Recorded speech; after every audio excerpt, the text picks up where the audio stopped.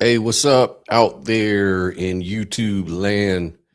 Scott here with the Mirror Point, where reality checks itself. And so now we're going to check ourselves on the topic of rationality.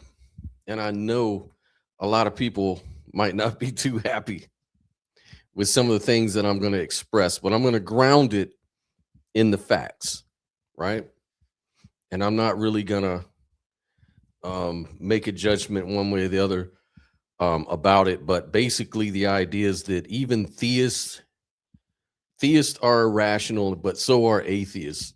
The argument can be made, and I think you can make a really good argument for this. And part of the reasoning for that, for me saying that, is because it's about being a human being. Before anything else, a theist and an atheist are both human beings. And as such, human beings are not rational beings, as it turns out, right? So I'm just going to kind of go over some information on that. So let's get to it, guys. Let's go.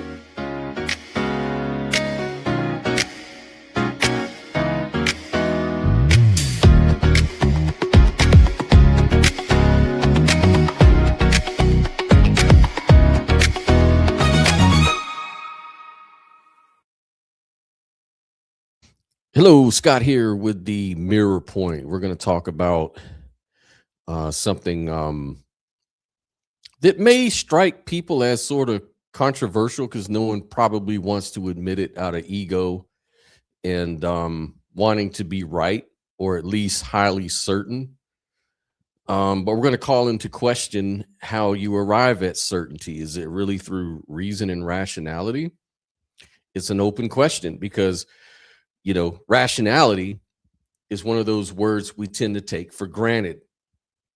We say things like, be rational, man, or humans are rational animals. We say that stuff all the time. I believe in reason, not superstition. But what does it actually mean to be rational? And more importantly, are we any fucking good at it? That's the question we need to ask ourselves. So, like when philosophers, they talk about rationality and they distinguish between at least two forms, like epistemic rationality, which concerns like how well our beliefs track to the truth. And then there's like instrumental rationality, which sort of measures how effectively our beliefs help us achieve our goals. Like it's very practical stuff, right? And most of us assume that these two things really overlap. So if you believe true things, you'll act more effectively. But the human mind is not optimized for truth. It's optimized for fitness payoff, for survival, belonging, self-justification. The philosopher Hume argued reason often serves as the slaves for our passions. Like we always explain away our things that we do through some reason. And modern psychology backs all of this up. So like our reasoning is riddled with biases, confirmation bias, motivated reasoning, identity protective cognition, the Dunning-Kruger effect, and social signaling or virtue signaling gets in the way. And the research of a few scientists or researchers this era, I think it's Tversky, Kahneman Kunda, and Dan Kahan, they all converge on the same unsettling conclusion that says intelligence doesn't make people more rational. It often just makes them better at rationalizing. Think about that. Intelligence doesn't make people more rational. It makes people better at rationalizing. Those are two different things. People often confuse those things. Smart people are not better at like overcoming their biases more than anybody else. They're just better at constructing elegant, airtight defenses for their behaviors or conclusions or what have you. That's really what's going on in those situations. And, you know, so if we're so limited, you know, you can ask, how can we be, or why can we be rational at all, right? So here's where the philosophical lens sort of widens here, right? So like from a strict physicalist perspective, it's actually hard to explain why rational inference should exist in the first place. If you're a physicalist, it should be easier to understand why rationality may just be an illusion. If consciousness and reasoning are late stage evolutionary accidents, which are carved out, you know, of brain matter like neural tissue or whatever, then rationality is just another contingent behavior. It has no privilege, connection to truth, or possibility, right? Because those are cognitive mental processes. In that view, truth is useful only if it enhances fitness. And the mind is not a window onto reality. In that case, it's a tool for survival in a narrow ecological niche. And I think this is kind of true in some respects, though. I think there's evidence for that. But that's a perspective. Because from a non-dualist or an idealist perspective, even, the picture changes. So like on the idealistic view, mind is fundamental, not like a side effect of matter. And the structures of logic, mathematics, and possibility are intrinsic to mentality. They're not like emergent conveniences that come from nowhere. The fact that we can reason, even imperfectly, is not an evolutionary fluke by itself. It's a reflection of the underlying intelligibility of reality. You know, we're able to reason because of that. So like if you listen to the philosopher Bernardo Kastrup, he would put it this way. We don't understand reality through the mind. Reality is intelligible because reality is mind-like. So in this framework, rationality isn't a biological glitch. It's a distorted but a real participation in a broader mental order. That's on that perspective. But either way, this still wouldn't mean that humans are good at it. Our brains, you know, are finite, embodied, emotional, and biased. Our senses are really limited. Our nervous system evolved for face-to-face tribal groups. And now we have to navigate global information environments that we were never built for, you know. But from the non-dual turn, it would say that our ability to reason at all, to detect patterns, infer causes, imagine counterfactuals, construct models, all of this is a reflection of the fact that reality itself has structure. Rationality becomes a participation in something deeper than neural firing, something like a field of possibility. And but if our reason and rationality is not reliable, then how do I know that's true? Well, my worldview is based on consciousness. So it seems to be an easier way to get there. But at the same time, idealism may not be true. That's where I'm willing to say, you know, ultimately, I'm agnostic on it. I can only compare, using reason and rationality, these two models. And it may be self-refuting to say that rationality is not reliable, because it's not. So it's kind of like free will. I don't believe in ultimate free will, but I act like I do because I make choices every day. whether I want to or not. I'm making a choice at all times. And I do it with the attitude that I'm accountable, I'm responsible. So I put a lot of deliberation into choices. But at the same time, there's evidence that free will does not exist in that way. Maybe it's the case with rationality. We have to use rationality because we're the kind of creatures that think this way. Maybe we're just determined. And yet, look what we're doing now. For like thousands of years, we've been building tools to compensate, for our limitations, our cognitive limitations. And same with you think of AI,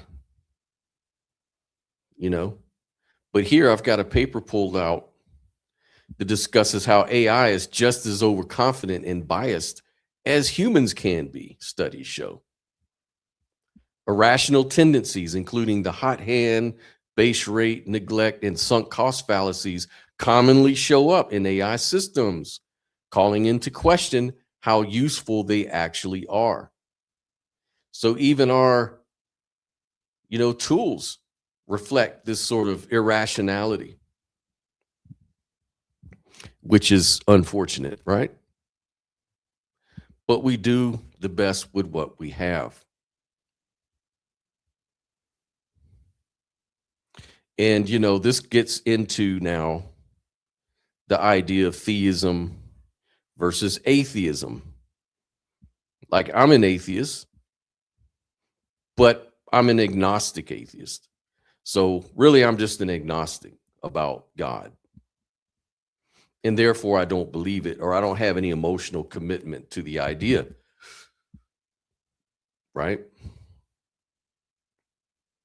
So this is, a recognition of the fact that we're not all that rational that we think we are. I wanted to pull up a little clip of this video that kind of gives you an example of that.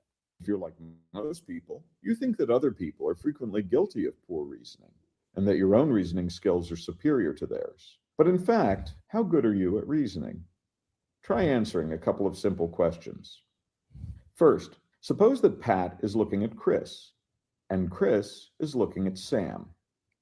Pat is married and Sam is unmarried. In this situation, is a married person looking at an unmarried person? Yes, no, or not enough information to determine. Most people answer C, not enough information to determine, because although they know that Pat is married and Sam is unmarried, they don't know whether Chris is married or unmarried. But a moment's reasoning will show that C is the wrong answer. Even though we don't know whether Chris is married or unmarried, we know that Chris is either married or unmarried. Well, suppose Chris is married. Then, since Chris is looking at Sam, a married person is looking at an unmarried person. Now suppose Chris is unmarried. Then, since Pat is looking at Chris, a married person is looking at an unmarried person. So, no matter whether Chris is married or unmarried, a married person is looking at an unmarried person. So there's one example of, there's millions of others that we can't rely on our rationality like we think we can. Hey, Lou, I hope you can join me here in a minute. I'm just kind of going over some information.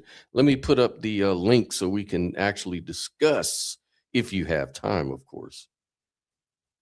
If not, it's cool, but I'm just going to put it up here anyways for anyone else as well. There you go. Chris Moore, hello, sir. How are you? Glad you guys could join me. And just to kind of recap before I move on to the theists versus atheists, I had established that, cognitive studies, research indicate that humans are not as rational as we may think we are. You know, when philosophers talk about rationality, I mentioned that they distinguish between two forms, which is epistemic rationality, which concerns how well, our beliefs track to truth, and instrumental rationality, which measures how effectively our beliefs help us achieve goals. And most of us assume that these overlap. But if you believe true things, you'll act more effectively in everything else. But the human mind is really not optimized for truth. It's optimized for fitness payoffs like survival, belonging, self-justification. And so its primary objective is that. So we're sort of like, as Hume would say, slaves to our passions. And so modern psychology sort of backs that up. Our reasoning is riddled with biases, confirmation bias, motivated reasoning, identity protective cognition, social virtue signaling, things like that can get in the way of our, and we usually behave or act on these sort of impulses or emotional commitments to beliefs, and then we just rationalize. So there's a difference between being rational and just rationalizing things. And so that's what I was talking about a little bit. But, a lot of times the argument, and this is a really good test case, a lot of people argue among themselves regarding religion and politics. But, religion more specifically, because it seems to be something that really gets to the heart. There's a lot of reasoning that gets involved in that whole argument, a lot of testing of your reasoning skills. And so everybody's debating on that basis, right? So, with that kind of stuff, you just have to be, understand that this framing is itself sort of a cognitive bias. Like when you say that the opposition is rooted in, ignorance or indoctrination or delusion, in this framing, that itself is sort of a cognitive bias. Specifically, the bias blind spot is what they call it, where individuals detect biases in other people more readily than in themselves. So the psychological literature sort of indicates that belief formation, especially about like highly emotionally charged and identity relevant topics, say like religion, does not track evidence in like neutral Bayesian manner. That's not how you come about that kind of conclusions. It's tracks identity protection. It tracks social affiliation. It tracks for motivated reasoning. Not all the time. I like to think I'm not like that, but that's just what the studies indicate, is what I'm mentioning. So like on the theistic side, many common arguments for belief in God are going to be framed like rational proofs, but they contain like a lot of hidden assumptions or cognitive bias. For example, like the argument from design, complexity implies a designer. That's the assumption. The teleological reasoning, the expectation that things just exist for a purpose, that's an assumption. That shows what they call teleological bias, which is present even in children who prefer like purpose-based explanations for shit. The argument appears rational, but only if you accept the premise that complexity cannot arise without agency, right? It's an assumption, not independently justified. And you can go through all these sort of arguments: cosmological argument, causal closure, explanatory simplicity, all of these sort of things, right? And the only thing that I'm pointing out is that atheists are not necessarily exempt from irrationality. Like many atheist arguments contain certain parallel failures to that of rational rigor, right? Like a common one is the scientistic argument. That's the one. that I notice a lot. That if something can't be measured or empirically verified, it means it does not exist or is just meaningless, period. There's no need to even entertain the thought of it.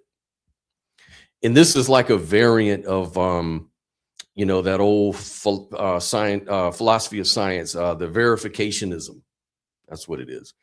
And that was abandoned in analytic philosophy because it's self-refuting, because the verification principle itself cannot be empirically verified. So it's abandoned.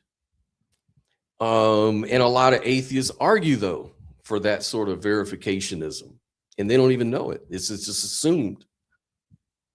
Another atheist argument could be lack of evidence is evidence of absence. I've heard this quite a few times, which is logically valid, but under careful, controlled assumptions like Bayesian priors, observability conditions, and all that kind of stuff, which has to be established, which ordinary discourse rarely satisfies that, right?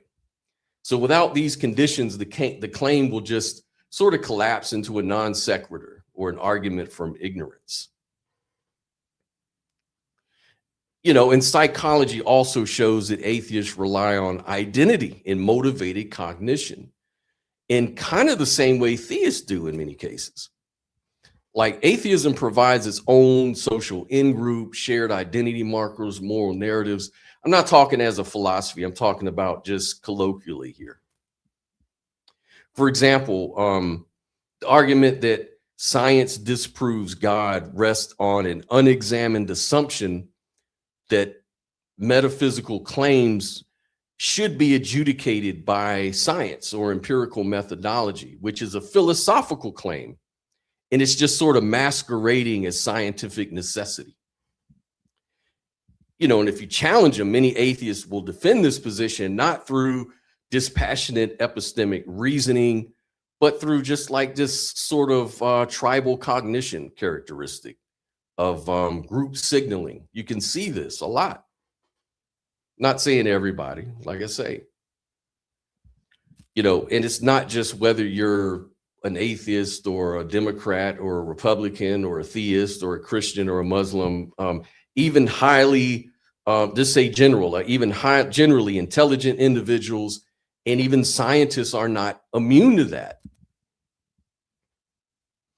Like, what is it? Stanovish and West, the research I had done a video on a while back, suggested like higher intelligence increases the sophistication of rationalization, but not necessarily the quality of the reasoning. So intelligent people are better at constructing justifications for pre-existing beliefs rather than sort of altering their beliefs in response to the evidence. That's just what the research talks about. It's called my side bias or motivated reasoning. Yeah. And it really explains why really smart folks, whether they're theists or atheists, can coexist while both believing their view is uniquely the rational one. But we all participate in reason and rationality, don't we? We all do it because we believe we're rational. We try to be rational. So that's what it is. Chris, I'm gonna let you in, man. I just wanted to finish up my thoughts on that. How you doing, Chris? You still there? Yeah, I'm here. Just it's just that I knew that you were going on on a tangent, so I just quietly. I'm actually though fresh off the press from reviewing the speech from my Prime Minister, Mark Carney. And I don't know if you've seen it or do you want to just kind of like look it up, saying that basically that essentially boiling down to the group think of the essentially the Western world order is essentially in the revisionist state, and what we do after that. and it's basically, and to put on his point, he basically that how the quote unquote Union essentially kept itself together is that basically we believe in the lie of civilization and so on and so forth, or lies, depending on like what exactly we're talking about. But it's agree. But it kind of goes back to the social contract of the agreed upon um, principles that we adhere to as a group, like as a collective, and we enforce it at the same time. So, and if we don't believe those, well, it doesn't really exist anymore. And like when you say that to theists, theists, it's not exactly like I've been having like trouble just kind of saying that to that's basically like you like when I emphasize of saying that the death of like certain religion or whatever, it's not going to be within like within a loud bang. It's going to be a quiet, you know, slow death, and it's because nobody will just basically add to the project anymore. Mhm. And it's it's the same thing with us, you know, as in humanist. I believe in the quote unquote lie that um that as a human I try to essentially put my try to empathize on other people's suffering and try to leave the better world a better place, better than that I found it. And with other things, as in old men plant trees for shade that they'll never stand in, and that's basically one of those things. Well, and on the other flip side of irrational beliefs, like for me personally, um, I somewhat believe in the quote unquote spirits of weapons, or more namely swords, stuff like that. You know, swords, knives, stuff like that. However, when I say I believe, I kind of rationalize as history, where it's been, how it's like, you know, when you go into a museum and stuff like that, Mhm. and you just like you're just like, wow, where, like where, how was the journey to for it to get here? Same thing with coins and stuff like that. However, I understand that it is my own, like it's my own.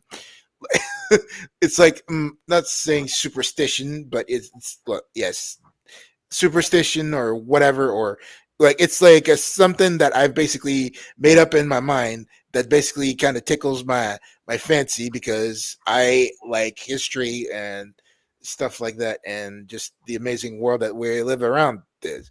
But I And that's understand that yeah. it's just not, you know, it's made up in my head.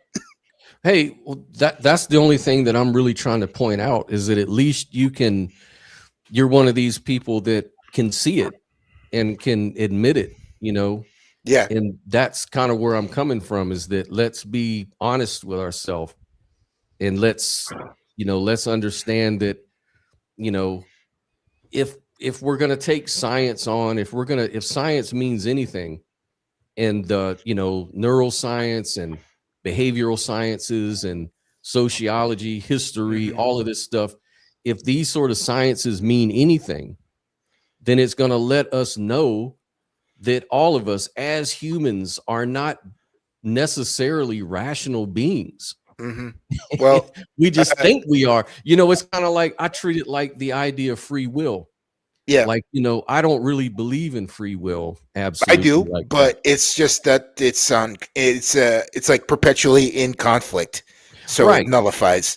But anyway, that's not really the point. I understand, but is just like I kind of lost my track of thoughts. Sorry, but it, is oh yeah. In when it comes to science, it's just I acknowledge that there's always an X variable factor in the mix, and that as a recipient, as we are all recipients of what came before us, I sincerely believe in the fact that we should continue to explore the universe as is, even though knowing that I will never know everything, and that's why I basically put not like social value that I value that's been passed down to me is higher education, and that emphasis of higher education means that I understand that at some point I have to essentially teach the next generation so that they could go on their merry way and discover the universe more farther than I will ever have, but just in the knowledge that I'm continuing this process. Anyway, You are of the infinite mind, not really. It's just the finite mind. Hey, Lou, how you doing this morning, man? Hey guys, how are you? What are your thoughts so far? Scott and Chris, how you doing? yo. Doing good, man. So just picked up a little bit of the conversation, and my thoughts on the rational or logical thinking. I do think that humans tend not to be that logical, so I totally agree with that. And that doesn't matter if you're religious or non-religious. It's just people. And there's one thing though that I would say is that atheism itself is not illogical, right? Right. But I could argue, and I do argue, that religious belief in gods are illogical. So it's not, it's the arguments that are illogical. I mean, Yeah. People, I'm not always logical. I understand that. But the argument for these gods is, very often illogical. And atheism in and of itself is not illogical. It's just a lack of belief in some God. Yeah, and that shows you that there's more reasons to approach life than just on logic alone. Sometimes there's other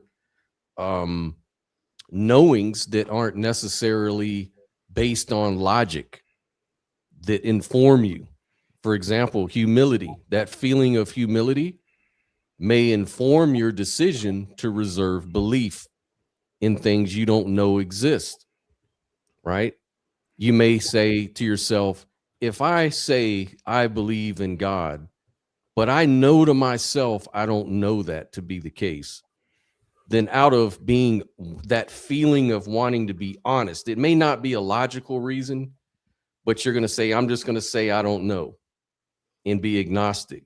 That way you're behaving according to a feeling, and we all ultimately do that, because even the ones who profess to believe in God are motivated by their feelings. They feel some kind of way. Like, if I promote the idea of God, it makes me feel like a good person, or it makes me feel like I'm part of a bigger group, or I'm not offending some possible entity that may be out there. I don't know if he's out there, but he may be. So I'm going to go ahead and play it safe and talk good of this being out of that feeling of uncertainty, and that's where that feeling of faith comes in. So in both cases, I can see some sort of irrationality at play. Well, I personally try to eliminate as much faith in my life as possible. Me too. Now, I'm not saying I'm fully, fully. There's some things I guess I have faith in, but I try to eliminate faith as much as possible. I do because I don't think faith is a good way to live your life. It's faith to me is like me tossing a bet on a fight. It's a gamble. Well, maybe this might be correct and maybe it won't, but I'm gonna believe it anyway. That's to me what faith looks like. Hmm. Hmm. And for me, faith is more of a telephone game that's, that is essentially permeated over time and may or may not um, be true.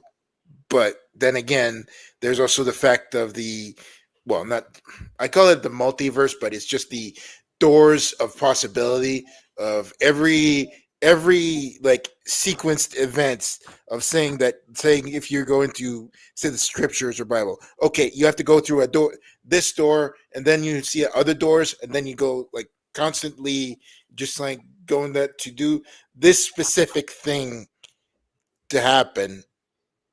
But in the grand scheme of things, it looks absurd. But that's anyhow. That's Well, don't know if that others. really touches on a really good point and reminded me of an interview I saw maybe 2 days ago here on the YouTubes. They had a couple physicists talking about what you're talking about, the multiverse, in terms of quantum computing. So now we've got these quantum computers, and they were talking about how this one really sophisticated quantum computer solved the problem that would have took a classical supercomputer 10 septillion years. That's like way longer than the universe has ever been around and will be around, right? So they're like, Mhm. well, where does it draw this information? Because it actually solved the problem. So where is it drawing this information? So it's saying, well, obviously it's doing more processing than the atoms would allow. There's not enough atoms in our entire universe to have come to the quantum decision, right? So Yeah. they said, so it must be retrieving those atoms from a parallel universe, right? Or a Mhm. multiverse, like you're talking about. Maybe it's just rounding up all the possibilities from all the existing universes in reality. And Yeah, then, it's more like that.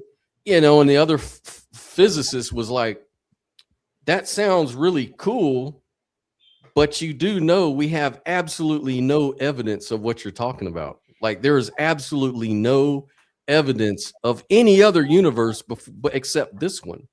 Yep. So that's a very highly irrational conclusion to come to.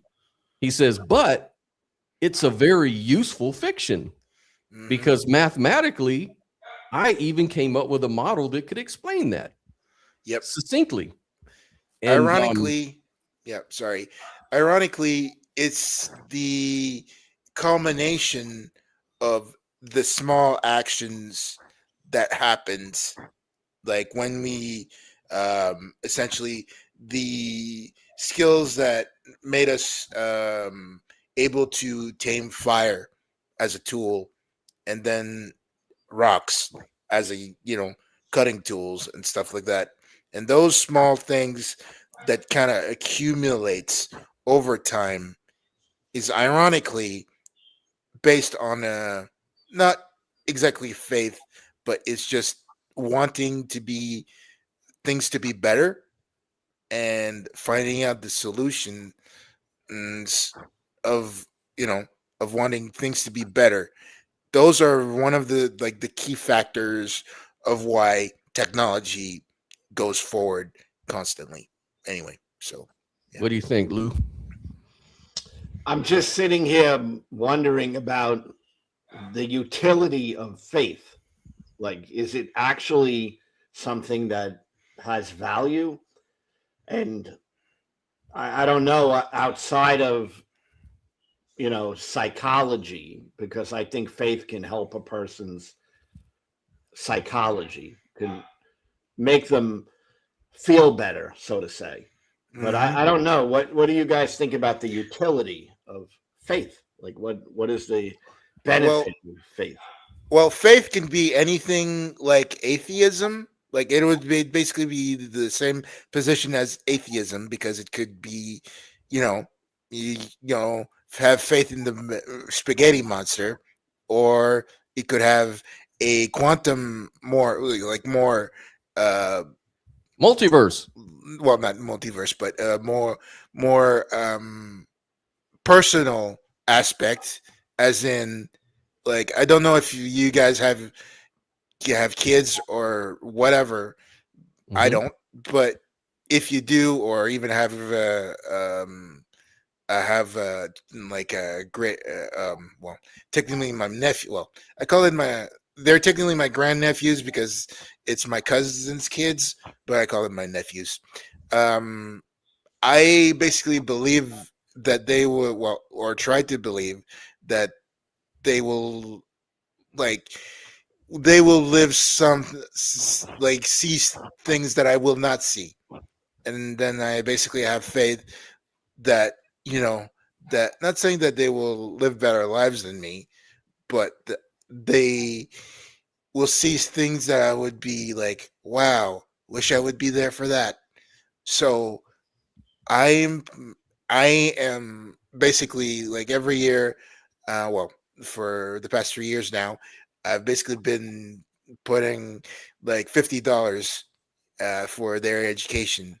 Mm. Um, and when the time comes when they're 18 or when they graduate from high school, I put my faith in them that they will make something out of it, or they can squander it. But I'm putting my faith in that they will make something out of it and make the world better. Can we, Chris? Can we call that hope instead Yeah, of saying faith? yeah, sure. Hope, but Yeah, that's kind it's of a just biblical definition because oh, was it sorry. Hebrews 1 says faith is the hope that resides in you or whatever. But I think it could be a matter also to kind of put a little more nuance to it. It depends on what you have hope in. Yep. It's like there's things that you can rationally put your hopes in, and then there's other things that you should rationally reject putting your hope Hmm. in. Like, I hope that my kids turn out well based on how I raised them and doing for them, right? Yep. But I don't have that same kind of hope that Jesus rose from the dead and saved me from my sins, right? So yeah, they're both forms of hope or faith, but I think that the problem is and see, a lot of theists will argue you down and try to corner you, especially if apologists told me, Yeah. well, even you as an atheist use faith because don't you hope that your car gets to work every day? It could Hmm. break down. You don't know that. So Yeah. aren't you in the same boat as us? You See, see the how that way works? I compartmentalize those words, I definitely have hope, but I don't think I have faith. I have a lot of hope. So Um. I hope the best for people. I Yeah. hope, you know, like you're Hmm. talking about, children, grandchildren. Of course, I have hope that, they'll have a better life, etc., etc. But faith, I kind of have went away from that word in my own life. Okay. It's true, and I understand, Lou. For me, it's just I'm more of a poetic type of guy. So, and I just, like, for me, in total honesty, when I say I use the word faith in my own dictionary of my own, for my own purposes, it's very neutral. However, I understand that for other people, it's a very loaded word of Mhm. stuff, and Yeah, but for yeah. for me, faith becomes almost a trap. Hmm. Like I'm very Yeah. cautious when people Yeah. talk about faith. You know, I'm like, well, Yeah. Yeah. What do you mean? What are Yeah. we talking Yeah. about? I Faith know. in what? You know, and yeah, I mean, it's really tricky. You know, I just kind of just conclude things. I don't really try to believe too many things because, you know, even in science, they're really just, you know, narratives and stories that best explain things for the moment. Um, and a lot of people can look at science like scientistically, where it's the truth and the only way to know if anything is really true. The same with logic and reason and rationality. But I don't necessarily believe this is the case, only from my own experience. Like the fact that I know I exist isn't reached there logically through like some sort of inference or argument. Like, you know what I mean? Like I had that debate with the guys like, well, how do you reasonably, what is your syllogism for understanding you exist? Like Yeah. this was like what 2 years ago or whatever. And it's like you don't need a syllogism to get to that. It's something I you was just going to know. say, can we say that that's the starting point of logic? Yep, that's the So that starting it point of doesn't logic, have to right? necessarily be logical, but without it, we don't have logic. There you go. See, that's how you defeat those precept Christians right there, because they'll say that no, our starting point should be God, but you can say no, our starting point is I'm conscious, Mhm. because that's where logic begins. It doesn't begin at God. God is found through logic. You're doing syllogisms to get to God or whatever. Yep. Yeah. It's very interesting, really. You know, when you get into that, you're talking about how people form their beliefs, etc. You know. Yeah. Mhm. Yeah. And Joel says, I think, therefore I am. That's the syllogism. But see, I don't really necessarily agree 100% with I think, therefore I am, except as a shortcut heuristic to what I mean. Like I would say, I would rather say, I experience, therefore I know.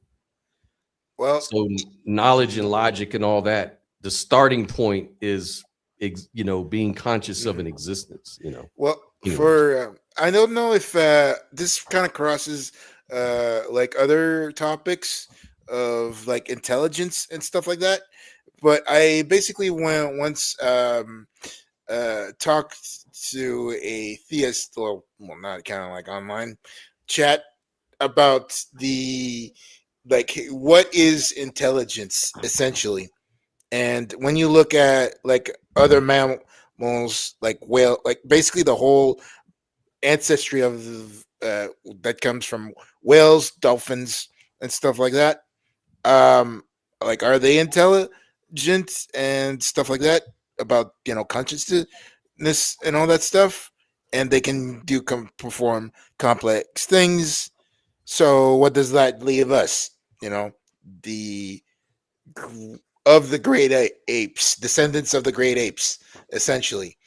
And it's that, you know, um, we might not even recognize, like what their definition of an intelligence is to them will not necessarily be interpreted as intelligence to us, and vice versa. But that's just a separate conversation. Sorry if I kind of derailed, but anyway. Hey, So Chris, I gotta say something about that because I've been thinking about intelligence as well, right? Because yeah, there's human intelligence and animal intelligence, let's say outside of the human species. yep. You know, my dog has an intelligence. Mm-hmm. Mine, you know, would be considered superior to the dog. But what are we actually speaking about when we say intelligence? And I think it's essentially just knowing a whole lot of shit. Yeah, yeah, or at least try to influence the outer influencing the environment, the ability to influence our environment is more advanced because There's more nuance. There's more a space of possibility the more intelligent you are. Like say an amoeba only has maybe 3 or 4 things it can do intelligently, which will be like to move towards energy sources, move away from dangers, whatever, procreate. But then humans, we have a larger spectrum. So I think intelligence is on a spectrum. Yep. Oh yeah, but But- the like when we talk about artificial intelligence, right? We're speaking about knowing a whole lot of shit. Isn't that Right. basically Yeah. it? I Yeah, mean, pretty so- much. Yeah, that's So right. if someone does an IQ test, or Yes. that when you have to get in that, they call them the Mensa, where you have to score a certain level on a test. And how do you become a genius according to the measurements that we have to say this person is a genius? Isn't it just that they know a whole lot of shit? Yeah. Well, Joel is saying, let's not conflate intelligence and knowledge, though. Intelligence is really just about creative problem solving. Yeah. Yeah, and that's a different angle. Yeah. Yeah. You know? But it's just like I said, for us anyway, it's because we're beneficiaries of the cumulative knowledge of history and how we essentially influence our environment. So, But let's So- say, let me play devil's advocate with you guys. Let's make this a little interesting. okay. So I'm going to be a Christian apologist. I'm going to be, where it relates to this topic. Absolutely. We're talking about presuppositions and stuff. So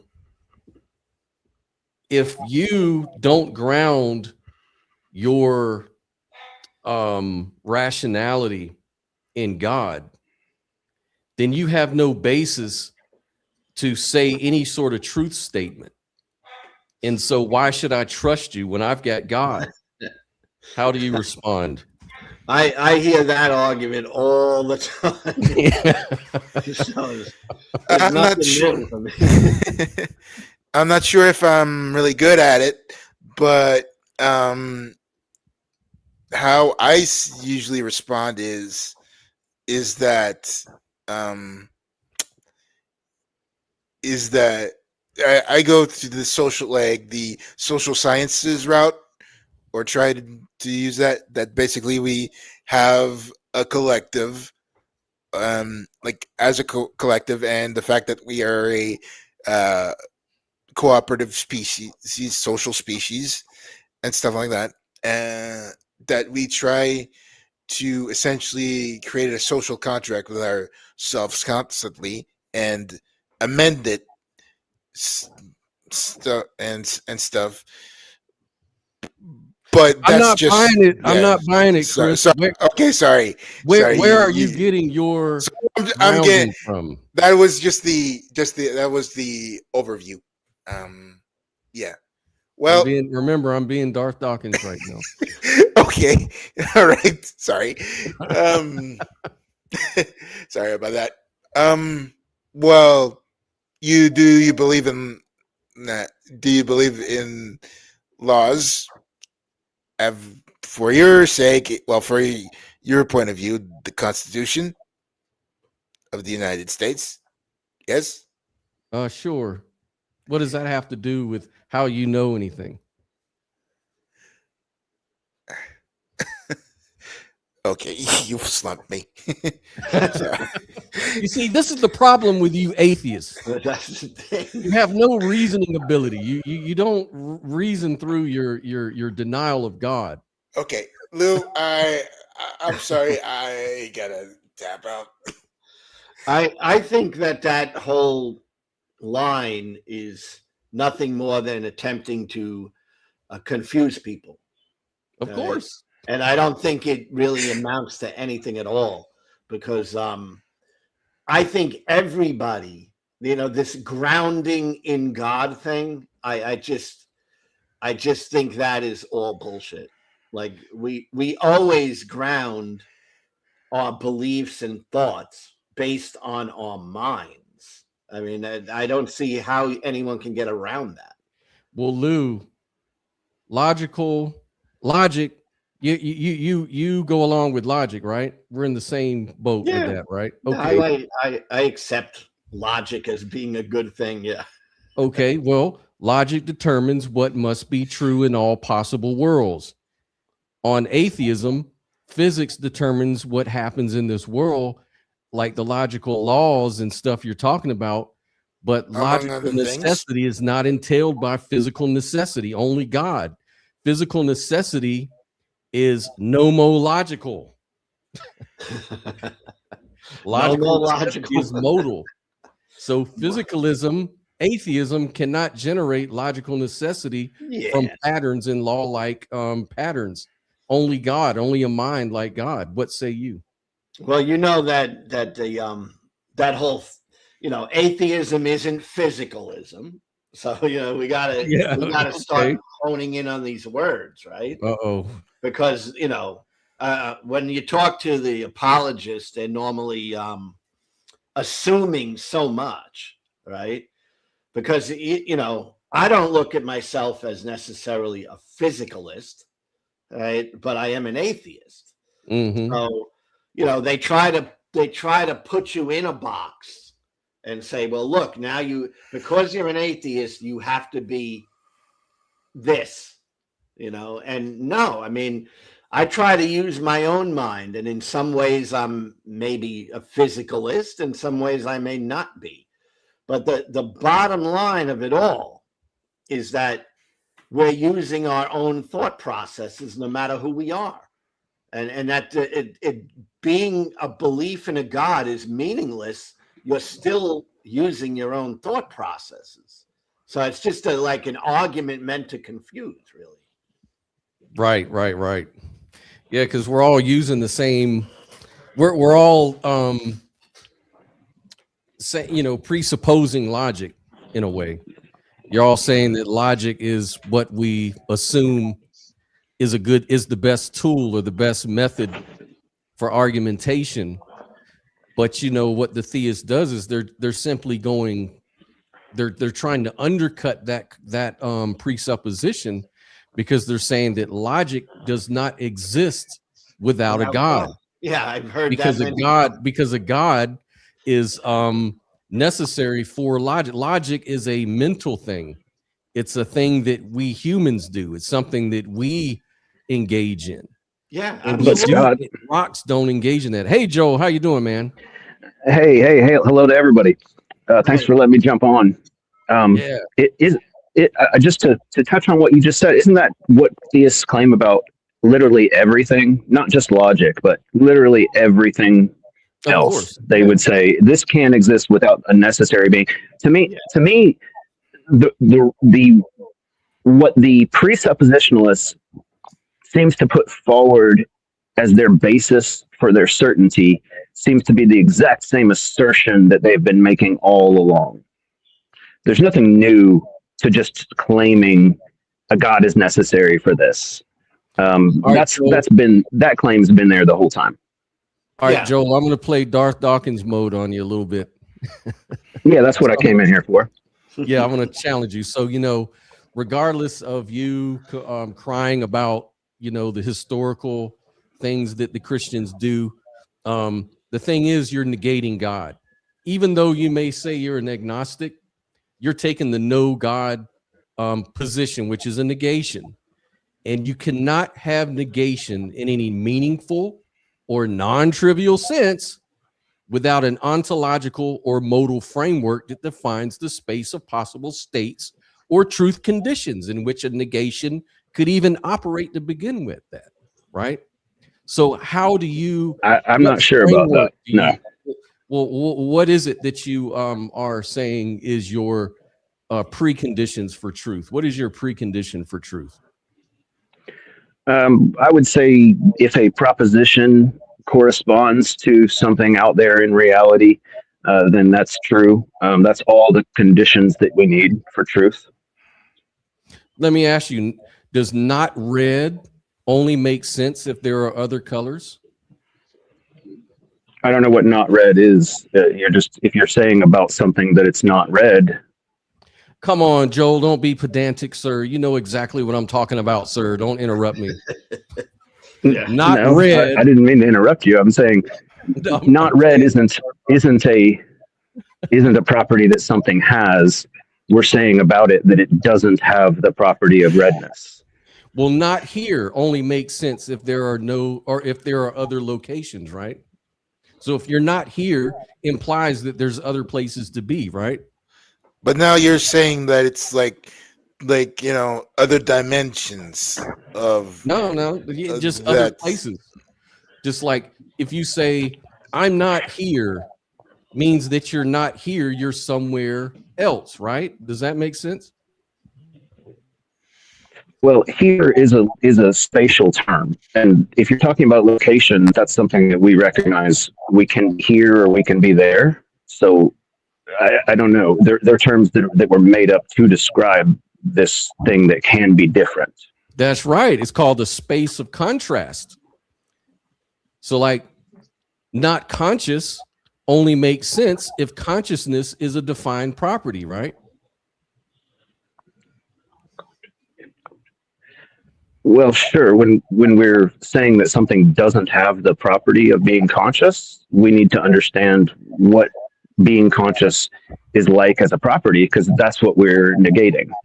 Right. So basically you're agreeing with me that negation presupposes a framework of alternative states, which is already Yeah, see, that's the trickiest. ontological. That's It's the a modal trickiest commitment. move that the You're making a modal presuppositionalist.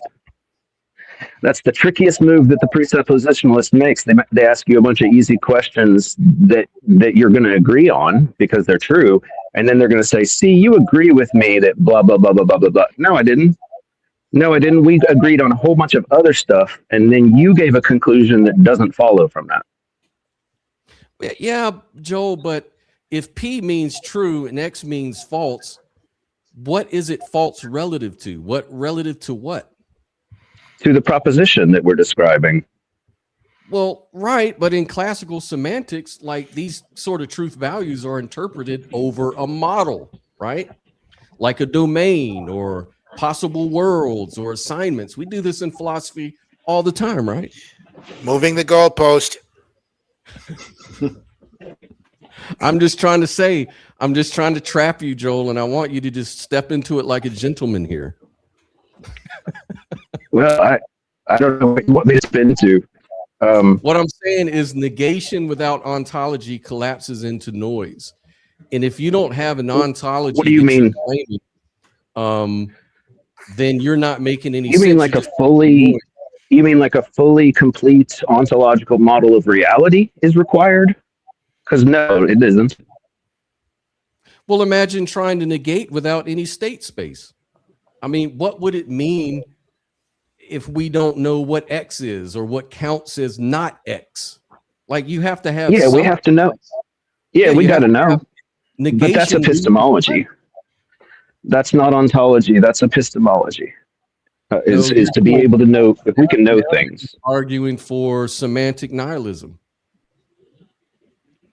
I don't think so, but you can go ahead. You're Sure. negating ontology without and at the same time just becoming vacuous. Because what is your ontology from which you're negating God? As I said, having those conclusions about ontology isn't necessary for this. You're just asserting that it is.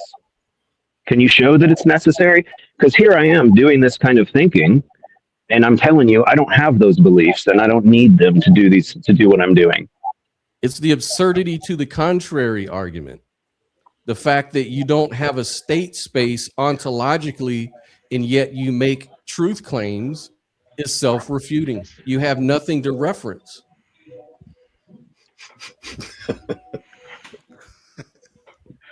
I'm done with this atheist. I'm just kidding. Yeah. You know, no, Lou's right. These are the kind of really annoying fucking arguments that they come up with because Yeah, they're just I here mean, to I trap. appreciate. Sorry, yeah, I appreciate a bit. Oh, Yeah, Don't- I've gone through these guys so many times that I know Am I exactly. wrong to say that these arguments are specifically designed to confuse people, and they ultimately don't amount to anything? That's what I Right. It's just they trying to get your eye off the ball, and the ball is that they've smuggled in an assumption. The whole word presuppositional means I'm going to pre-assume some shit, yeah. to explain everything, and then but what they do is they try to trap you, and because you're not making some kind of assumption, you're trying to be genuine and humble, they use that against you to say you have no grounding for your agnosticism. And then they have to also define agnosticism as a negation of God, like you're negating God because you're operating from a non-God position, which means you don't believe, which means that's a positive claim. So they're saying, how do you make that positive claim there is no God when you don't even have any sort of ontology? You're just an I don't know guy. So gotcha. Well, I think when you're debating this type of stuff, what I personally do is I say outright that my views are my views and they're nobody else's, and that I think for myself and only myself. All right. So I want them to talk to me versus give me a bunch of mumbo jumbo. Yeah. I'm trying to make them actually speak rather than follow the script of presuppositionalism. And like that, I do the same thing with the morality thing because I am offering my opinion about morality, right? And it's mine, all right? And you're saying that yours is more than an opinion, but that's not Right. true. Yours is an opinion, but I'm being honest. I'm telling you this is my take on it. And I leave it at that because I Yeah. find they're always hiding something. Yeah. Right. You know, They got something up their sleeve.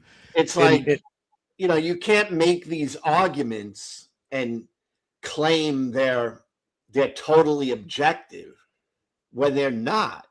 There's that.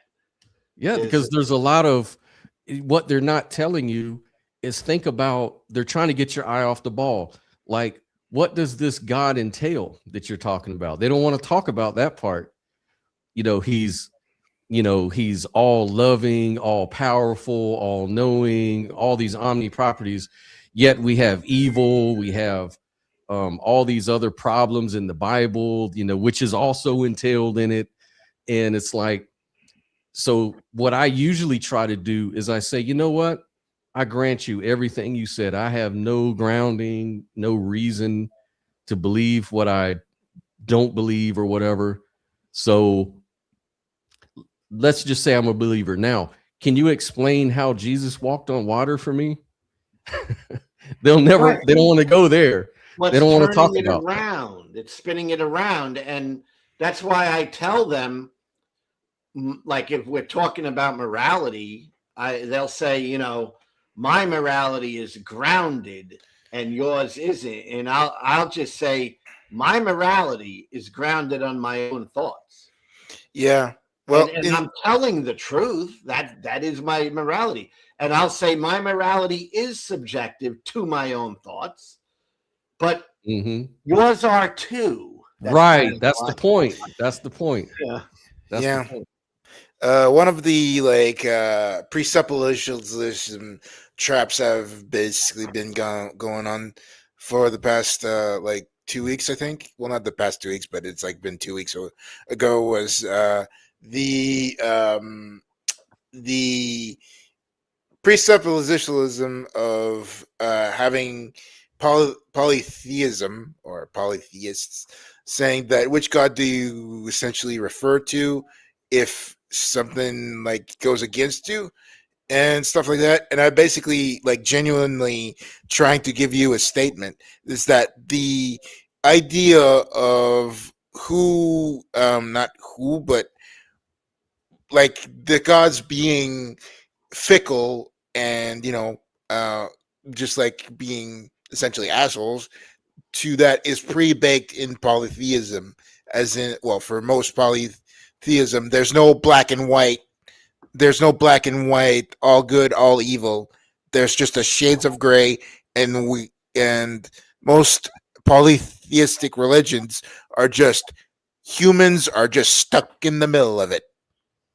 And that's basically that's how polytheism essentially resolves like the existence of evil. When it comes to all the creationism and all that stuff. But anyhow, it wouldn't, like, my interlocutor wouldn't essentially allow me to get to under, like, to saying, oh, it's like it's all gobbledygook or blah blah blah. But anyway. Well, let me ask you, Chris, for there to be intelligibility, like coherent knowledge, must be like some sort of precondition that unifies the diversity of facts. What are the unifying preconditions that you rely on to make that statement you just made? Well, I basically just went on the Greeks, the Greek mythology and Norse mythology, and also Egyptian mythology. Essentially, in basically essentially the Greeks essentially had their sexual escapades with the women that just whatever they wanted, and they just sometimes like stuff happens as the consequences as they basically got angered or whatever, or even but those are a plurality of gods, would you say? Okay, I don't know exactly what you're saying.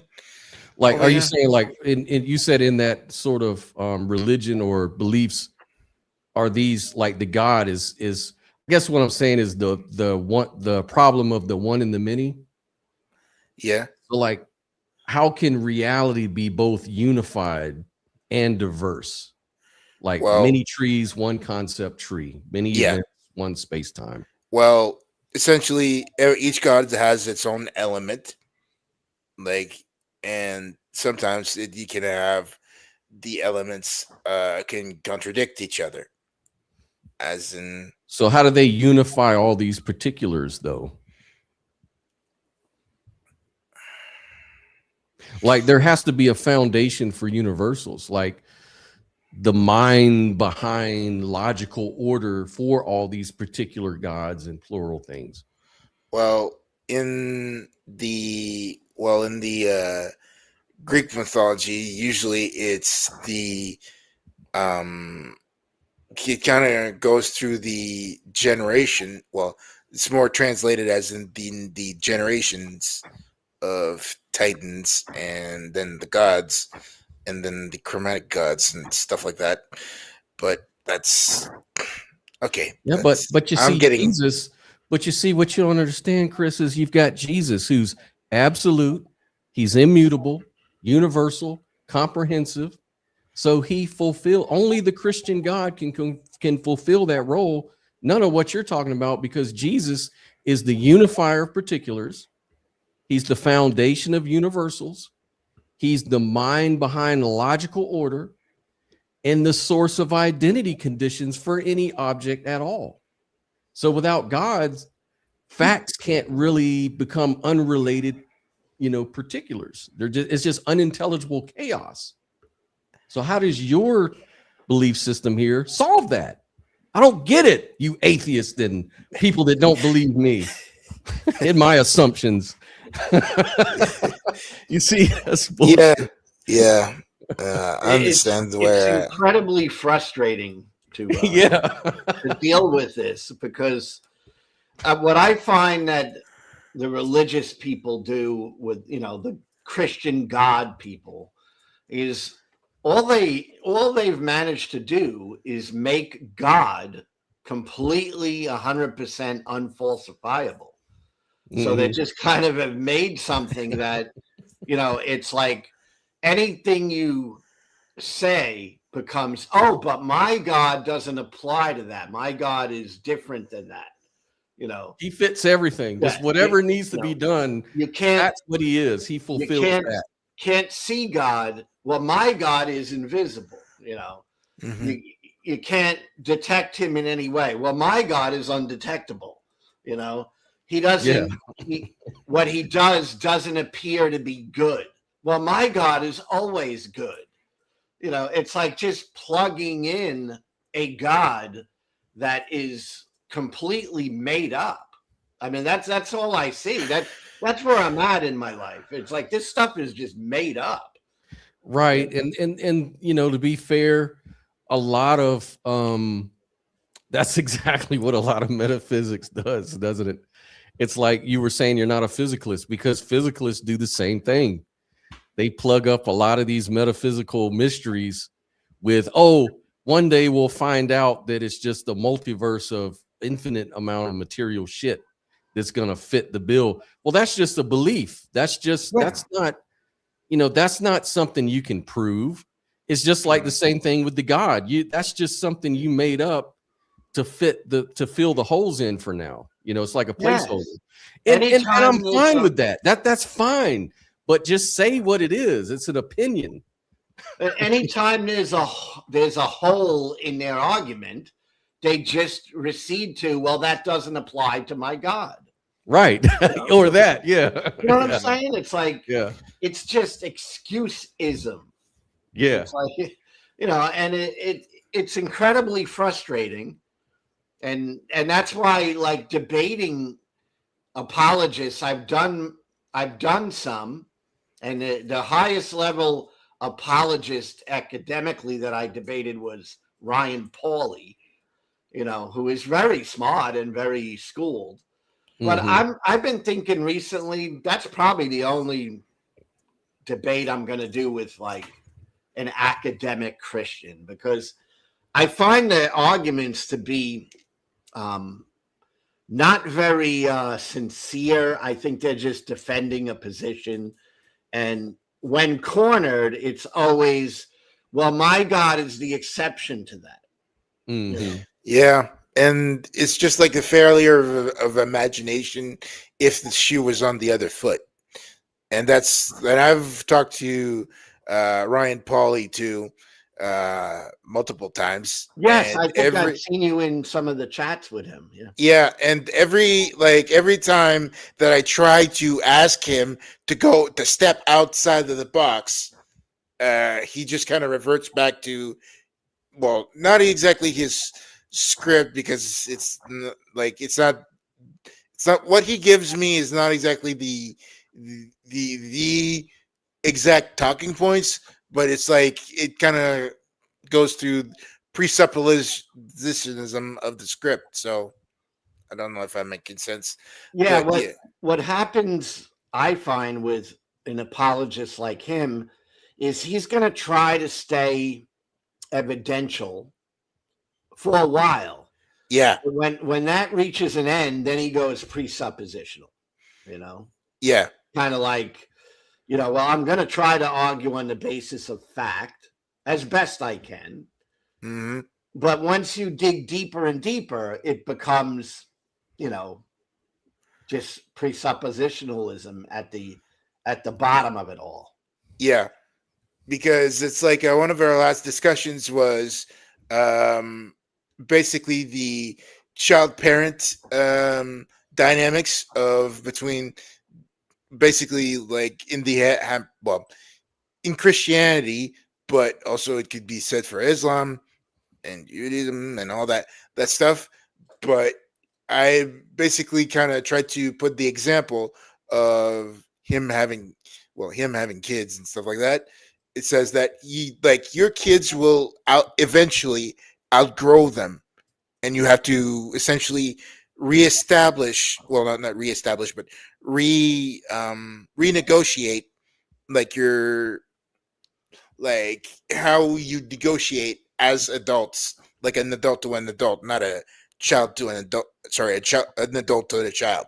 So, and that's basically that. And he was like, "Oh it's, God needs to, God is all knowing in that type of lines. So why does it leave you to feel that we you should be on the same equal footing as God or something like that, stuff like that." So Well, Yeah, it, I do understand, like, to a certain extent, the problem. Like, if you're someone who's aware of the rationality problem with human beings, right? Yet we all have to engage in rationality, and we know it kind of works. It has to work because we're able to invent stuff, and we're able to do technology and philosophy, and we're able to make progress in the world. So that we've got to be doing something right. Maybe we can easily pick out the flaws in our thinking a lot of times, and so I think that this is possible because ultimately, we have to demodulate something. Like, there's a scientist, I don't know if it was, I think it was Einstein, who said the most amazing thing or extraordinary thing about the universe is that it's comprehensible at all. Like, why is it that we evolve within the universe to comprehend the universe? Like, there's something about truth, facts, that has a mental component to it. Otherwise, because mentality exists in the universe, like us. Like, we may not be perfect, but we're able to demodulate information. The universe at some level must be informational, semantic, and we must be able to sort of decode that. but at the end of the day, a mental relation. mhm, And that's kind of why I'm sort of a non-dualist idealist, and that's sort of how I ground all of that stuff you're talking about. mhm. But as But far as that's though, to be fair, that doesn't prove God. That doesn't really get you to God, though. You can say all that and it still doesn't prove you're God. You know what I'm saying? And Yeah. that's why I don't go that far with it and say I'm a theist or I know God's mind or some bullshit. I just know enough to know I'm able to be rational and reason. And there's got to be a connection there. And I reason that it must be that the universe is rational at some level. hmm But but another thing that you need to understand, well, that with that thought is that essentially sciences and are basically another form of languages. Yes. Correct. Sorry, like math. No, you're right. You're right. Sciences. It's just we created a language system to explain what we see all around us, and it's just somewhere along the way was able for us to, as we develop the language that we see what's the phenomena of what's all around us, we are able to transmit it. We are able, as in transmit it, as in passing it down. We are able to just and we able to grow up on it, like advance it and all that stuff. But it's just the universe is big I, big S at the end of the day. Yeah, I mean, a rock could not decipher the universe, but somehow we can to some extent, even if only limited, but we're still doing it a lot farther than, say, a rock would, right? mhm. So there's something about nature that allows itself to be observed, that allows itself to find meaning in itself, from itself, because we do it all the time, right? Yep. And this means that we're decoding. So there has to be there's a relational bridge. If we're going to be rational about it, there's got to be some relational bridge. On like a purely materialistic or physicalist view, there is no relational bridge because matter by its nature is not sentient. Matter is just an inanimate object. So how does an inanimate object combine itself in just the right way in order to understand itself and have meaning and have all of this stuff? And we have a lot of stories, we have a lot of hand waving, like, oh, it's just an emergent property, it just combines the right way. Well, that's an explanation, but it doesn't explain how. It doesn't even tell you what emergence is. That's my explanation. But I understand that it's very limited. Well, and I don't mean this, and I don't mean this in any kind of derogatory fashion, because it may be true anyways. You may be very, very right about that. You may be correct. But what this implies, at least for now, that's also called magic. Because something coming from nothing, I'm not talking about like sleight of hand magic or what the magicians do to kind of go behind the scenes and tweak your thing. No, this would be literal magic, because you're saying that something like an experience comes from non-experience. So it's almost like experience or mentality is coming from something, and that's sort of like coming from nothing, if you think about it, which I'm not opposed to that. Like, if that's just how reality is, I'm cool with it. But if I'm going to be logical and rational and try to come up with a better explanation, maybe a more logical explanation, I could say, well, the way I see emergence would be relatable. There should be a bridge. Like consciousness can emerge from consciousness. Physical things can emerge from physical things. Like water comes from H2O, combination of molecules and stuff. Well, all of those are physical properties. The fire triangle, no big deal. It's all physical stuff emerging from more physical stuff. But consciousness is a whole other category.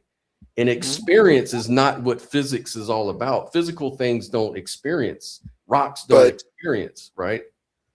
But one of the things that, like one of those bridges that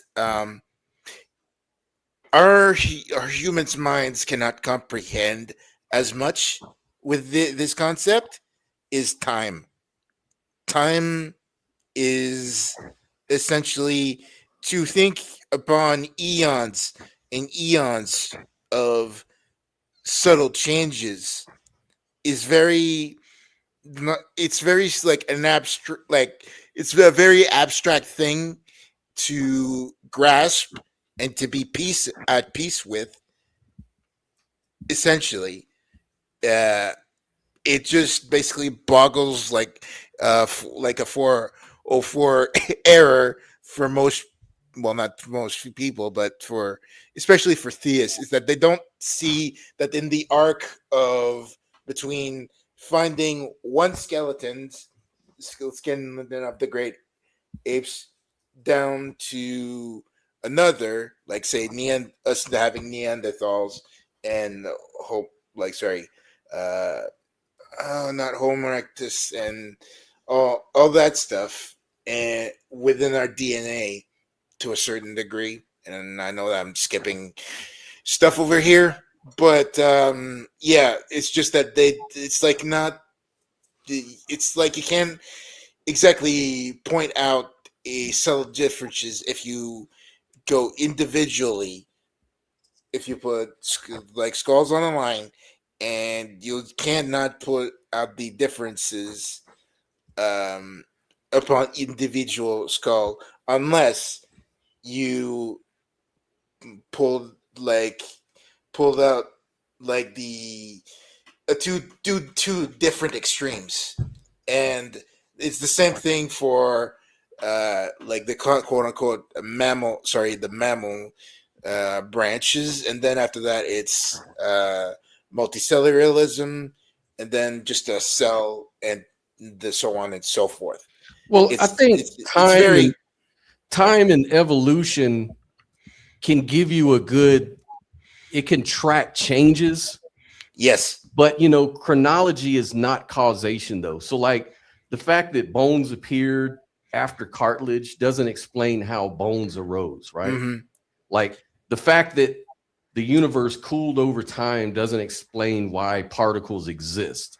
So in the same way, what I'm saying is that evolution and time describe when consciousness appears, not what consciousness is or why it exists at all. Yeah. Right. But here comes my other part, like part two. Sorry, that was a part two. Sorry, two-part answer. My second part answer is that as organisms, we're very, very, very stubborn at keeping ourselves alive, or at least, or trying, or the goal of survival is to be very as efficient as we can. Right. But Doing- but you know what you're doing here though Yeah. is you're sort of smuggling consciousness into your explanation. So because to claim consciousness like aids your survival, then what you're assuming is that consciousness already exists, and consciousness has causal powers, and consciousness can alter behavior. So you can't really use X to explain X if we're being rational. And this is the same problem that plagued behaviorists, right? They explain consciousness as if it was already there, which just collapsed into pure circularity. Yeah, I struggle with consciousness. What you just said before, you made a consciousness exists. I struggle with that statement. I mean, I look at consciousness more as just a description of something that we're experiencing. Does that exist? Yeah, that's what You I'm know? talking about. Like for me, I think consciousness is a bad word because consciousness, number one, is poorly defined and it smuggles in a lot of Okay. assumptions different people may have. So when I say consciousness, I'm really just saying an arising of experience. Like that's all we really know is this arising. Okay. Right. So, arising of experience, is that your definition of Yeah. things? Yeah. Okay. All right. Uh, for me, it's more of a consciousness is a byproduct of problem solving initially, but I don't know if it goes against yours. That still smuggles in consciousness as the explanation. Okay. All Can- right. Isn't consciousness at the end of the day something that is a non-physical thing, that's a word that we use to describe something? I don't think, see, when I now speak about existence, I'm talking about more external. in a real, like, physical way. you Yeah, know? that's called external persistence. Yeah. Because otherwise, love. I love using love because does love exist? Not in the way that an object exists. Because it's just another form of experience. Yeah, it's an emotion. It's something. It's an we experience. think, Yeah. So I'm saying, like- does that exist? No, I don't know. I don't think consciousness exists. I don't. Like, that's the thing that people get confused when I talk about this. I tried to write that book on it. But the thing is, consciousness isn't a thing. Like, it isn't something that exists out there. It's Right. internal. It's subjective. It's first person. And therefore, by its very nature, there is no scientific proof of consciousness in the physical universe. Not really. There's only an assumption that all you have is behaviors. You see a person or a computer talk and have clever things, you assume it's conscious because it's talking and it's coming up with, intelligent behavior.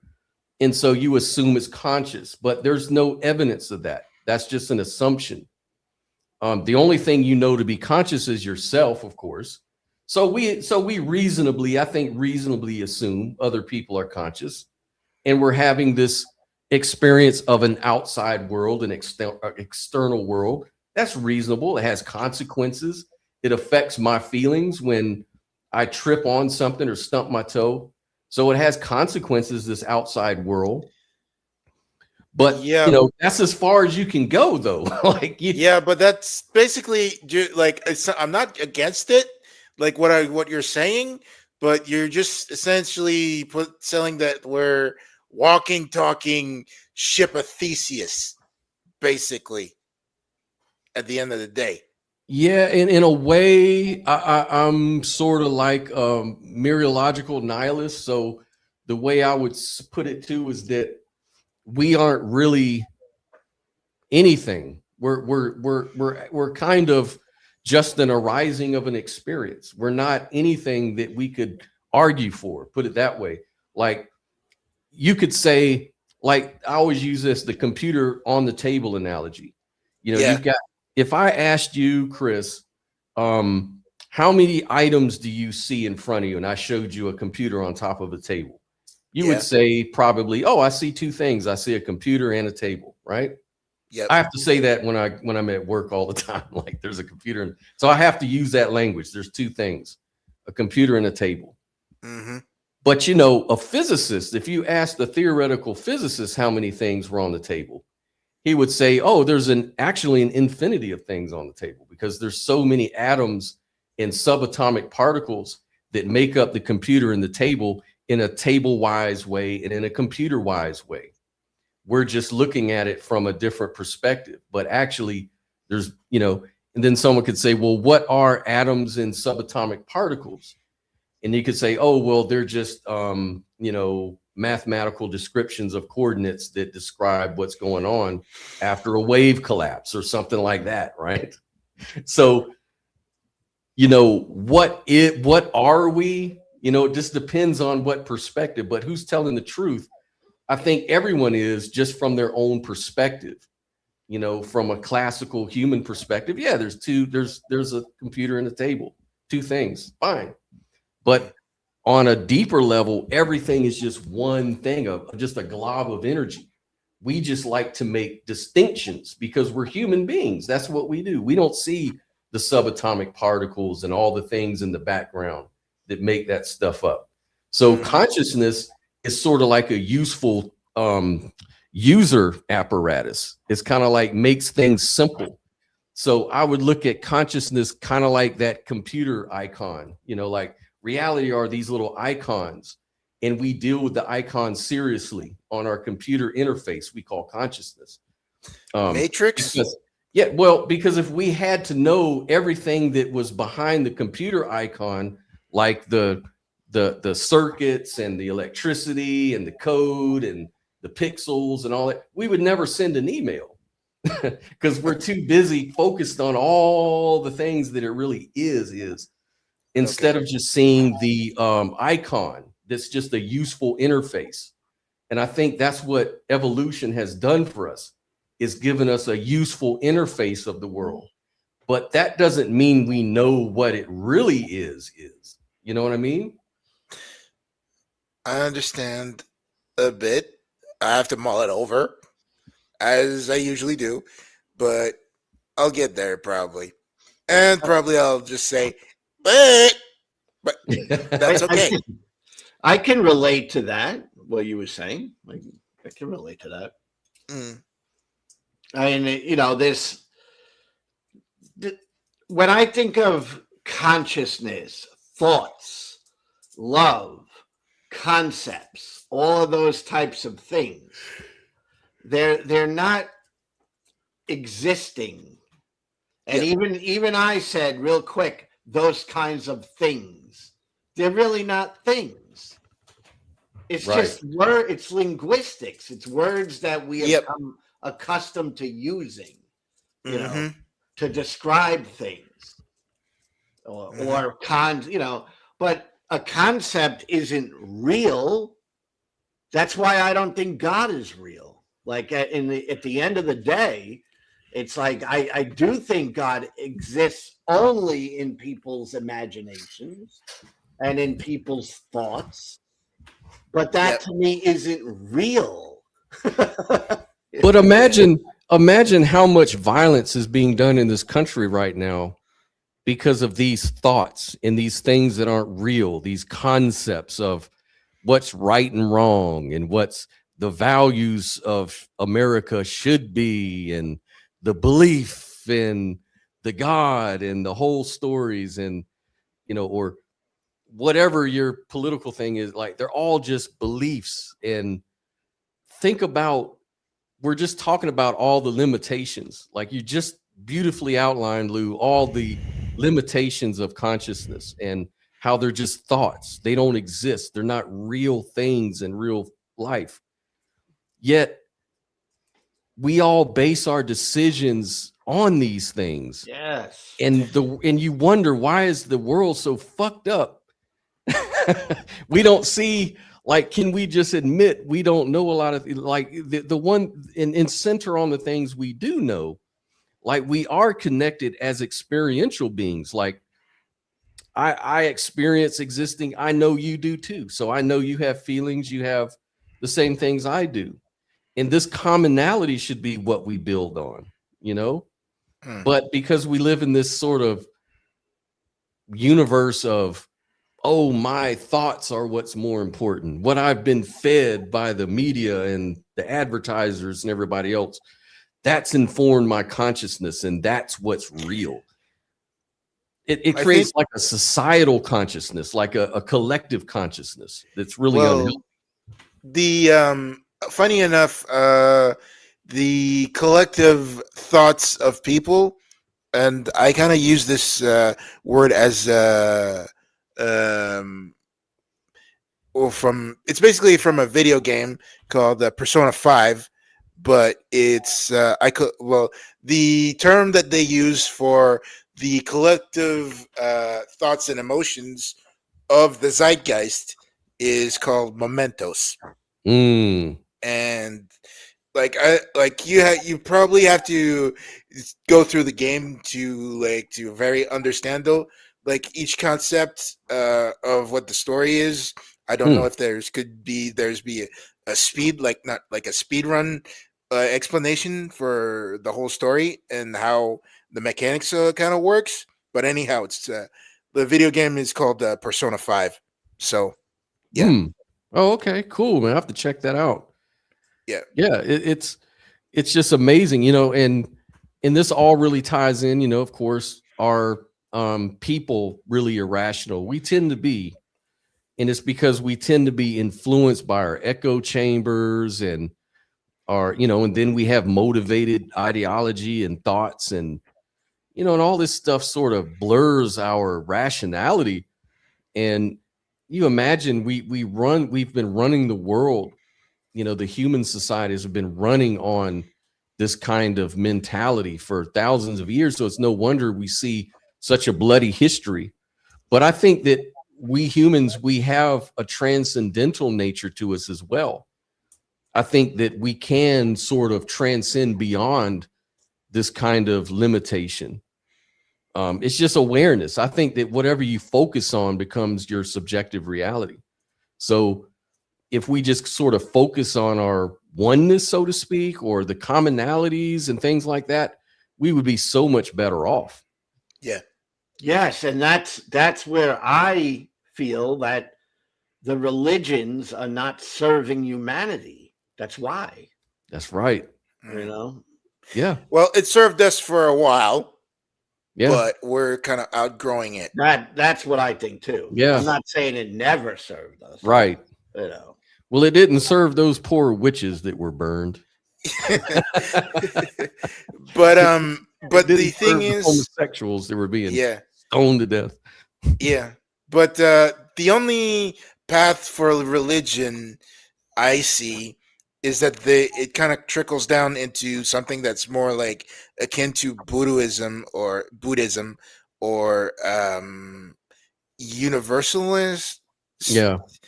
strands, and that's how, because like if you ask like if we colonize Mars and say we put Muslims on Mars, are they gonna have to basically bow to where the degree of the circumference of Earth is because Mecca.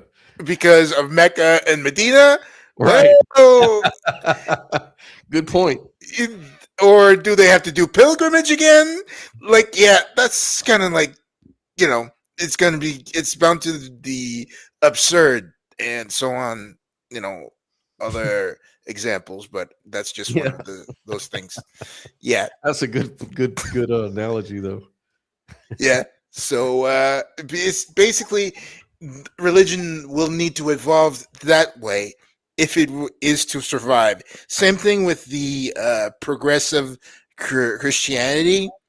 It's one of those like, and I know that fundamentalists will fight hard for it, but at the end of the day, if we don't have a societal collapse and we just kind of continue the world as is, they'll slowly fade away. But Mm-hmm. that, like I Or said, just that change depends. into something else. Yep, you or know. change it to something else. So yeah, Or, Eh. maybe what the technologist people are saying is going to be true. That we're all just going to meld with the machines here in the next 10 Mm. years, and there'll be no use for any of this shit. yeah. Hey, both of you guys, I want to ask you something. Is changing? See, this is where I think like fundamentalist religion just is completely holding us back as Mhm. a species. And one of the reasons is I don't think that evolving or progress or changing is a negative thing. I Yes. think it's a healthy thing. Yes. So this is, you agree that like if I'm in a fundamentalist religion, I don't want any change. It's Right. like Yeah. this is what it is. I don't invite change. I'm frightened of change. Hmm. Change is bad. All right, and I think that's not helpful to us getting further as a species. I think we have to evolve. We have to change. So your question is, Lou, is what exactly? Do you agree that we should be changing? Yes, and we do it all the time. Yeah, I think we do, but a lot of times we don't do it comfortably because of people being put in a mental box where they fight change, right? They'll fight. They'll get up and die for it. Yeah, one It's of like the against change.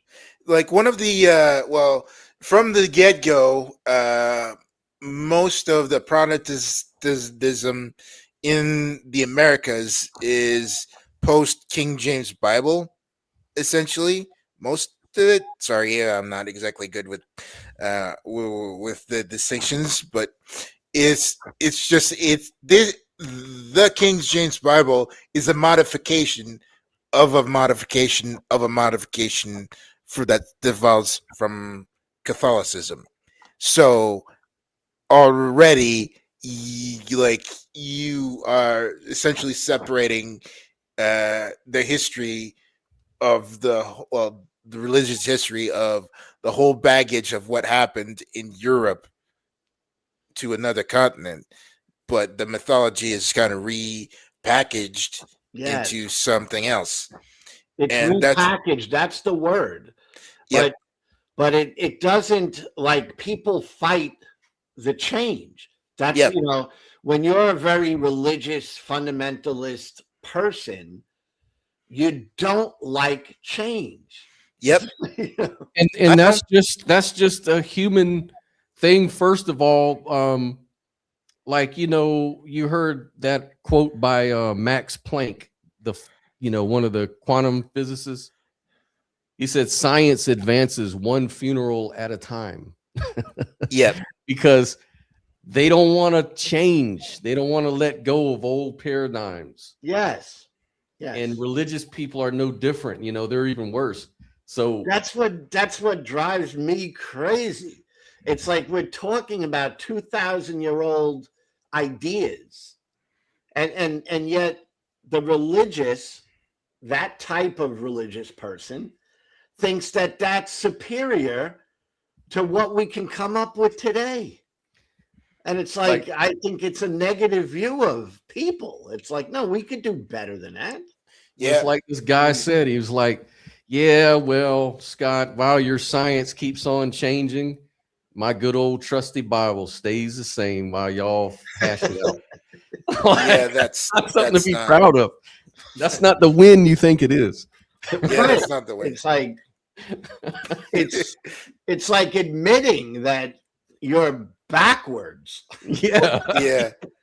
But one of the things that I don't like, I kind of feel like that it's a shame is that when you not debate, but when you talk to theists, there's no compared to Europeans of why they essentially gone to the secular path, is that there's basically no emphasis or understanding of history, as in the basically the medieval ages all the way up to the Renaissance, of how many religious wars that occurred over and over and over again, and also the fickleness of the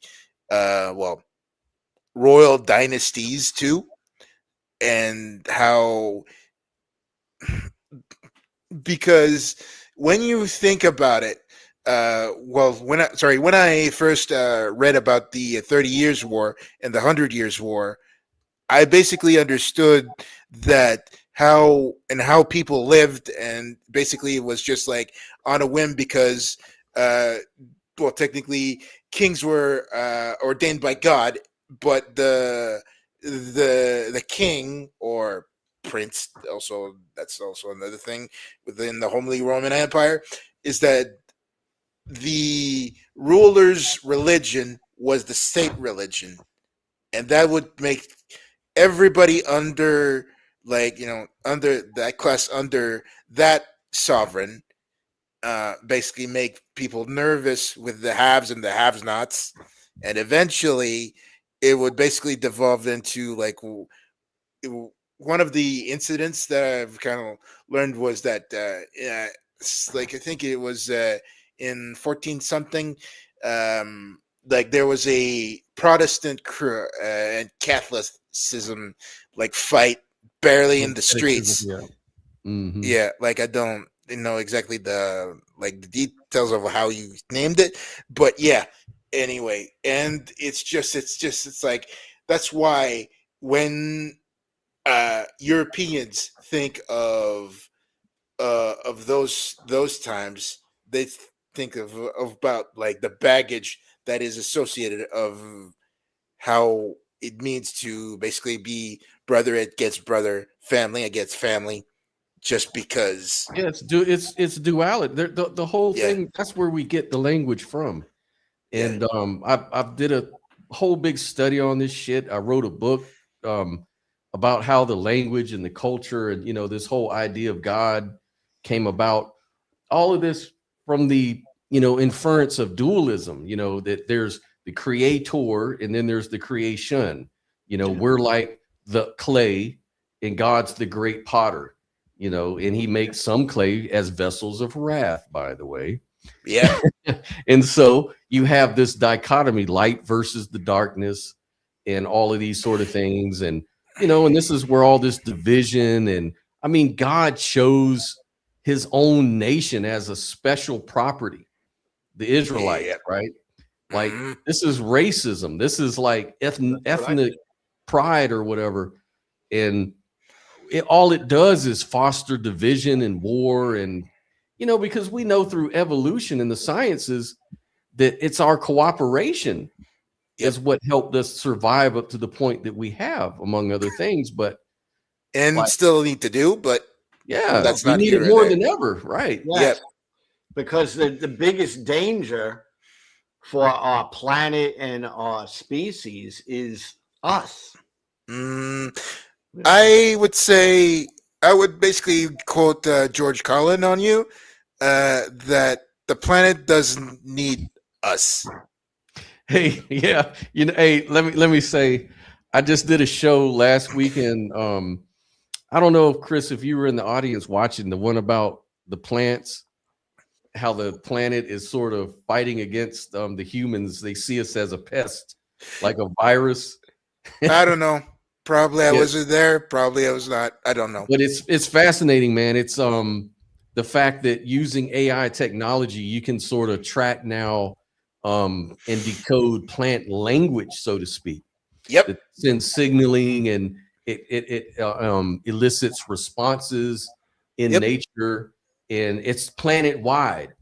And so they went out and said, actually, it's planet wide, and this sort of explains some of the strains of pollen that we've been experiencing, because they're affecting human beings, and they remember certain humans that are threats and those that are not, like through experiments that they measured. And so, yeah, they can mount up a defense, and we can be, people, there's a lot of religious people that think this dominion theology, like that we have dominion over the earth, like we're in control. We need to save the earth. Nope. Like, Nope. no, the earth's been here for billions of years. We're like very early latecomers. And yeah, I agree with all that, but don't we have to save ourselves? You know what I mean? Like, Well, if we're gonna get, if you were here, a million years from now, are we still gonna be here as us as a species, human beings? probably And, not. probably not. We're every 99% of every species that ever lived has died out. So yeah, in time, but in time, but but it all worked in a hopefully we balance. evolve to something else. Yeah. And And those sort of things are just distinctions. I mean, those are just labels we put on this species, that species. We forget this is just part of language, but actually it's all just life is just life is just life. We're the ones that make these sort of dualistic, because we're talking about the deeper question here, right? Like the earth and survival and stuff. Like to me, it's not even a real problem. We just sort of identify with being, a human form, and this human form, some people dwindle it down to white human form, and this white human form has to preserve itself in our white nation so that the brown people form doesn't come in and outnumber the white people. How ridiculous, at what point does it all just break down into just some human bullshit, right? Yeah. I've been laughing a lot at the this whole thing with the white Jesus. Yeah. That stuff cracked me up. White Jesus. Well, for me, for the answer to that is basically the openings of American Gods, from TV shows, but also the books. But even if Neil Gaiman is come under fire for those, but it's just it is a very example on how religion is created. Mm-hmm. Even though through those snippets, like the monologue of Orlando Jones, I think that's his name, about just basically you guys think you're all just people. Yeah, well, every good story has to have good guys and bad guys and a romantic, interlude or something. Like there has to, like, this duality makes for great storytelling. It's what it's all based on, and so religion has to be that way. That's why there's. I love when they call it the the passion play. Yeah. Christianity is a passion play because it is. It's a drama. Yeah, it's a Right? drama. And it's supposed to go on and on and on, this drama of the God and the good and the bad and the you can't kill the devil too fast, because then the story ends right there, right? Yep. And even technically, I think it's a couple of years ago, I basically propositioned the idea that you cannot have God without the devil or Right. Satan. yeah, you need Yeah, that because- contrast. Yeah, you gotta have it all. Because otherwise you'll just have God that is just like Boring. it's just a character, and that's where Yeah. the ugliness of all the Bible is, So anyway, Yeah, I in better any go. good story, you need the good and the bad, and there has to be the drama, and that's what religion ends up being, a drama. Mhm. May the force be with you, Chris. Yeah. Anyways, thanks. Right. I better go. So All right. yeah, thanks brother. for having me on. Yeah, And, thank you. Have a Yeah. good one, Chris. Yeah. Later. So, Yeah, man. Scott, let Yes, me sir. ask you something. Yep. This thing with like white Jesus, versus black Jesus or Ethiopian Jesus or, the Middle Eastern Jesus. Isn't this like evidence of it being a product of the human mind? I mean, isn't that Yes. totally like, It's smuggling in tribalism. because like when people in America think of Jesus, they have to have an image because that's just that's natural to our brains, right? We Willie want to Nelson. put an image on something, right? I think of Willie Nelson. So, but what do we think of? Like maybe a long hair, a beard. I mean, when I was a Christian, I thought of Jesus as a dude with long hair, sandals, a little well-kept beard. But Lou, try to think about what possible psychological motivation may be underneath all that. What do you think? Like, do you think that there's some sort of psychological identity issue going on there? Like, what's really going on with that? You're making Jesus from yourself. That's what it is. Right. Like you become the Jesus, like ultimately, because it's your thoughts and you're thinking Jesus is a certain way. My girlfriend's Christian, and she always describes Jesus as this good-looking man, with the hair and the sandals, and he's well put together, not overly muscular, not certainly not fat. Right. Jesus is never fat. Never, of all the things. He's either skinny, frail, or muscular. And isn't that just again evidence that we're creating these figures in our own minds? Of course, that all of this stuff is like that's the whole point. Like, I think everything in this world is a product of a fiction that we've created to some level, at some level. Like, we can all, there's like this intersubjective thing, like, this field of intersubjectivity where we all look at the same moon and say, hey, that's a white moon in the sky. We can all agree on that. And even that, like, everything that we do is kind of a construction, or maybe even a reconstruction, that we all just fucking agree into. And it changes reality. The way we subjectively view and create these stories changes over time in culture. And that's evidence too of what you're saying. Like, isn't it just boiled down to some shit we just made up?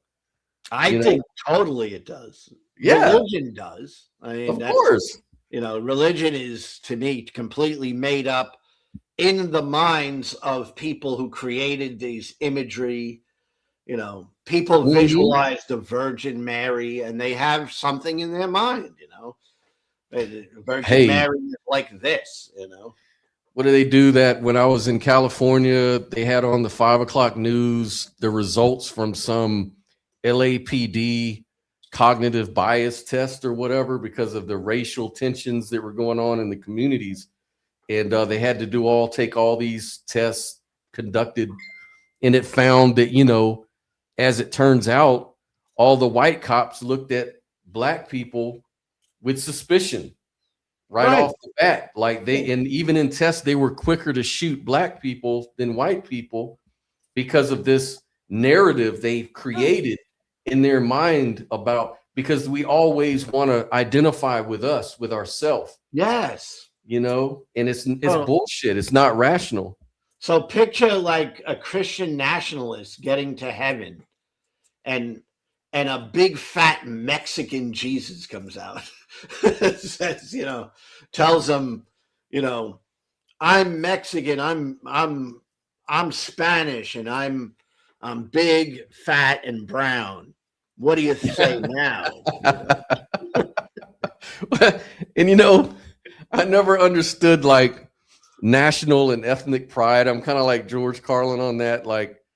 How are you going to be proud of some shit you didn't choose? You had no choice in. It was just an accident by nature that you came out a white person, an Irish person, a black person, whatever. I'm proud to be Irish. I'm proud to be white or black. Oh, or yeah, whatever. no, I know. Like, I know. I think pride should be reserved for some shit you fucking worked for. Accomplished. Like me being, somebody having fucking birth defects is not a fucking accomplishment. Right. No, I feel the same way. I've never been into the ethnic pride. That's never been like my thing. Right. I'm glad it wasn't, because what would I be? Oh, I'm proud to be a white man. The whole thing sounds absurd. It's dumb. For what? You had no choice in it. You didn't accomplish being white. You just, by the luck of the universe, but yet this is sort of the irrationality that people run with. And, also too, these people will fault others for being the wrong race and the wrong, heritage or religion or whatever they were born into. It's like people don't understand anything. They're not very logical at all. And religion definitely doesn't help.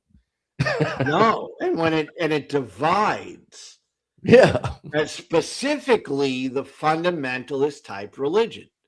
Yep. Right? And that's what I spend my time fighting against, really. Because the thing is, that definitely is a negative, and it divides people. Yeah. I am in the right tribe. I am in the right religion. You are not part of God's chosen. You're not elect. I'm elect. How convenient. Real convenient. I mean, the Calvinist thing with election is a racist, not racist, but it's because it's not about race, but it's about being chosen where the other people are not chosen. And that in and of itself is a terrible concept for human beings to have. And I saw, it's so narcissistic. I saw this old video of a church where one of their members survived a plane crash. And so they're going to honor her and say, oh, God saved you. Actually, all 70 people on that plane died, but you. Yeah. That must have been God, because God saved you and blah, blah, blah. And I'm thinking, he has a special the other people plan that for died. you. Yeah, He's not finished with you. He's got a special plan for you. Yeah. But those other 69 people, he had it with them. It's so cold-hearted, man. Yes, it's cold-hearted. It's a very backward way to think. It's not progressive. It's not going to help humanity if we continue to have these types of religious thought. That's religion that does Yeah, that. that's what it does. Religious thinking, that mentality. Well, I got to get ready to roll, Lou. Get back to work, and man, I appreciate you popping on, though, brother. Yeah, I always pop on when I'm around and I see you on. Yeah, man, I appreciate that. All All right. right, man, I'm gonna go ahead and cut the stream. All right. Have a good one. You too, brother. Be good.